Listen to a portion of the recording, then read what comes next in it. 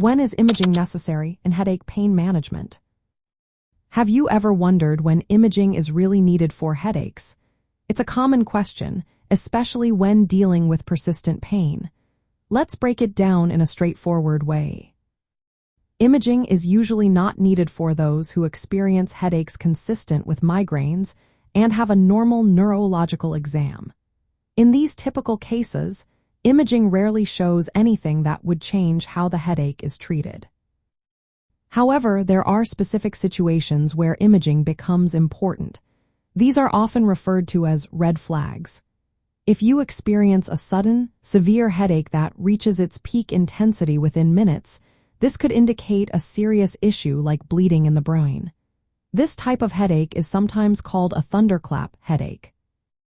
Another scenario is if you notice new or different headache patterns, especially if you are older or have a history of cancer or a weakened immune system. Neurological signs such as weakness or changes in sensation during an exam also warrant imaging. If your headaches come with confusion, motor symptoms, or signs related to the brainstem, it's time to consider imaging. Persistent headaches that worsen over time or increase in frequency should also be evaluated. Headaches following a head injury are another reason to seek imaging. If you experience unusual, prolonged, or persistent aura symptoms, or if your headaches are consistently on one side, these are additional indicators.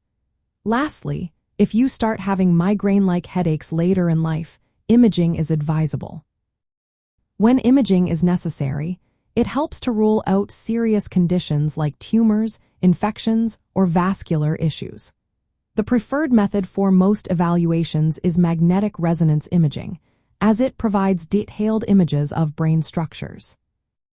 Computed tomography scans are often used in emergency situations, especially if there is a need for a quick assessment, such as suspected bleeding or trauma.